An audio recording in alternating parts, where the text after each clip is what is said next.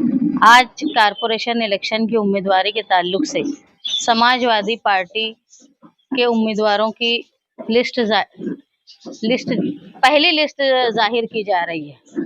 ये काम 2-3 रोज पहले होना था, लेकिन हमारी पार्टी के जिम्मेदार अब्दुल बाकी, उनके फर्जंद इमरान बाकी का इंतकाल हम लोगों के लिए एक अजीम सानिया है, जिससे निकलना बहुत मुश्किल है। एक ऐसा खानदान जो तीसरी पीढ़ी साथी निहाल अहमद साहब के साथ काम कर रहा है, जो इस्माइल सागर के बाद अब्दुल बाकी और अब्दुल बाकी के बाद इमरान बाकी, ये हम लोग अपने आप को बहुत खुश नसीब समझते हैं कि मुसलसल वो ख़ानदान जो है निहाल साहब के चाहने वाले और हमारे लिए फ़ायदेमंद और शहर की खिदमत करने का काम करता था। एक ऐसा नौजवान जो मुसलसल अपने काम से लोगों का दिल जीता करता था, उसका अचानक इंतकाल होना ये समाजवादी पार्टी के लिए और शहर के समाजी सियासी तबके के लिए एक बड़ा झटका है। बहरहाल इलेक्शन का ऐलान हो चुका था और इलेक्शन के ऐलान बहुत कम वक्फे के इलेक्शन हो रहा है, इसमें रुका नहीं जा सकता। ये सानिया जो है उसकी भरपाई नहीं हो सकती, लेकिन काम करना है आगे, तो हम लोग ताखीर के बाद आज ऐलान कर रहे हैं। जैसा कि समाजवादी पार्टी का इस्लाम पार्टी के साथ गठबंधन हुआ, हमारा एक फ्रंट बना जो मालेगांव सेकुलर फ्रंट है। मालेगांव सेकुलर फ्रंट बना। ये फ्रंट का बनना वो शहर में ओहदा पाने के लिए या सियासत में सबकत लेने के लिए ये फ्रंट नहीं है। इस फ्रंट का मकसद ये है कि मालेगांव शहर आज जो सियासी बहरान से गुजर रहा है, रहनुमाई की कमी है और मुसलसल फिरका परस्तों की नज़र जो है वो मालेगांव शहर के ऊपर लगी हुई, चाहे वो जन्म दाखिले का मामला हो, चाहे लैंड जिहाद का मामला हो। और ये लग रहा है कि कहीं ना कहीं फिरका परस्त पार्टियां मालेगांव शहर की कारपोरेशन पे राज करने के लिए खुफिया तौर पे या एलानिया तौर पे इत्तेहाद करके एक उन्होंने सोचा है कि ये तारीख बन जाए कि फिरका परस्तों का झंडा मालेगांव कारपोरेशन पे लहराया जाए। ऐसी उनकी कोशिश है। उसको रोकने के लिए और मालेगांव शहर के तहफ़्फ़ुज़ के लिए हम लोग बड़ा कदम उठाए। नज़रियाती इख्तिलाफ होने के बावजूद भी इस्लाम पार्टी के साथ हमारा समझौता हुआ और हम ये चाहते हैं कि मालेगांव शहर की आवाम इस बात को याद रखे कि ये इलेक्शन आम इलेक्शन की तरह नहीं है। ये इलेक्शन सिर्फ ओहदा और कारपोरेशन में कॉरपोरेटर्स की तादाद ज़्यादा है या मेयर बने सिर्फ इसलिए नहीं, ये मालेगांव शहर के तहफ़्फ़ुज़ के लिए है। जन्म दाखिले में जो लोग परेशान हैं वो सिर्फ यहीं तक महदूद रहेंगे ऐसा नहीं है। मामला ये है कि अगर 3400 लोगों के जन्म दाखिले कैंसिल हो जाते हैं, उनके ऊपर एफआईआर हो जाती है, तो ऐसे मौके पर एसआईआर का आना और वोटर लिस्ट में अगर हम 2002 की यादी में नाम बताते हैं लेकिन हमारा जन्म दाखिला ही कैंसिल है, तो उसको किस तरह वैलिड माना जाएगा। और दूसरा, बीजेपी ने जो कहा है कि वो ऐसे लोगों को जो एसआईआर में अपनी शहरियत साबित नहीं कर पाएंगे, उनका आधार कार्ड कैंसिल कर देंगे, उनका राशन कार्ड कैंसिल कर देंगे। इसका मतलब है कि एक आदमी की गलती से, एक औरत की गलती से पूरा खानदान जो है वो एसआईआर में फंस सकता है। ये बहुत संगीन मसला है। मालेगांव शहर की एक बड़ी आबादी है जो बिना लेआउट बिन खेती की जगह पे रह रही है। एक उतारे पे कई कई लोगों के उतारे हैं। इसको लैंड जिहाद का नाम देकर फिरका परस्त हमला करने की कोशिश कर रहे हैं, जिसमें मैं मानती हूँ सैकड़ों मसाजिद और मदारिस हैं, उन पर भी आफत आने की बात है।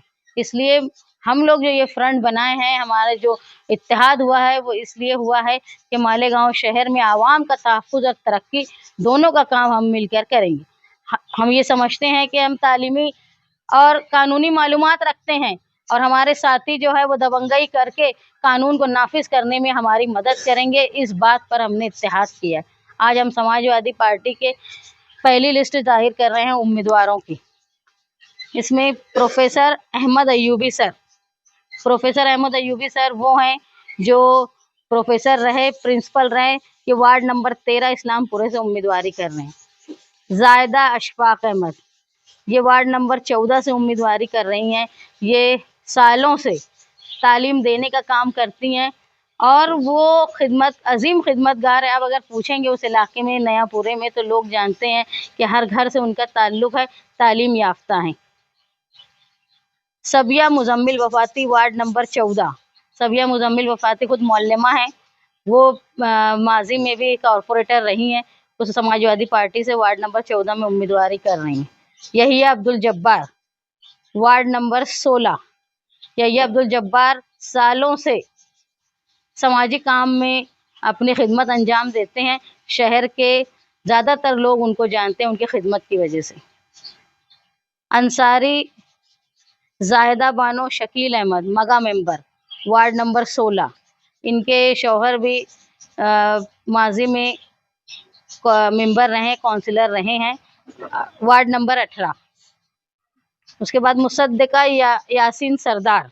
मुसद्दिका यासीन सरदार जो हैं वो आमिन सरदार की भतीजी, वार्ड नंबर 18 से। यानी आप ये समझिए कि शब्बीर सेठ खानवादे से हैं, शब्बीर सेठ की पोती। हम उनको सारे इख्तिलाफात के बाद सियासत में नई पहल होना चाहिए, तमाम लोगों को उन नज़रियात को ज़िंदा रखना चाहिए, इसलिए हमने कोशिश की कि शब्बीर सेठ खानवादे से भी हमारे पास लोग आएँ और वो मालेगांव जिस तरह माजी में उन्होंने एक तामीरात का काम किया है मुस्तकबिल में करने की कोशिश करें, इसीलिए हमने उनके घर की उनकी पोती को उम्मीदवारी दी है। Ansari Rahil Ahmed Mohammed Hanif ward number 19। राहिल हनीफ जो मैं जानती हूँ, मेरे बचपन में मैंने हनीफ मेंबर का वो 1991 की बॉडी में चुन के आए। उनका बड़ा काम था मालेगांव शहर में औसत भ्रष्टाचार, इतना बड़ा भ्रष्टाचार था म्यूनसिपलिटी के वक्त में, जब 300 से ज़ायद लोग कारपोरेशन म्यूनसिपलिटी की नाकिस दवाओं की वजह से मारे गए थे। उसके खिलाफ स्कैंडल इन्होंने निकाला था। जिम्मेदार हैं हमारी समाजवादी पार्टी के युवा के अध्यक्ष हैं। और आखिरी शान हिंद निहाल अहमद वार्ड नंबर 3। ये हमारी 8 लोगों की 8 उम्मीदवारों की पहली लिस्ट है। ये लिस्ट आप देखिए, इसमें तजुर्बेकार, जहां ज़रूरत पड़ती है कानूनी मालूमात रखने वाले, ये ऐसी लिस्ट है जिसमें प्रोफेसर भी हैं, टीचर भी हैं, एक सियासी ख़ानदान से ताल्लुक़ रखने वाले लोग भी हैं। हम ऐसी लिस्ट बनाए हैं, ऐसे उम्मीदवार दिए हैं जो शहर के लिए अपने आप में जो हुनर है, अपनी काबिलियत है, उसको शहर के लिए और पार्टी के लिए इस्तेमाल करें, ऐसी हमने लिस्ट ज़ाहिर की है।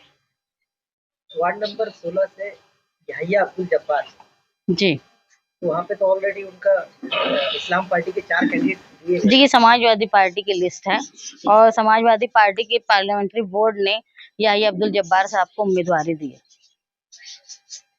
गठबंधन वहाँ पे नहीं रही? नहीं, आप समझ लीजिए दोस्ताना गठबंधन।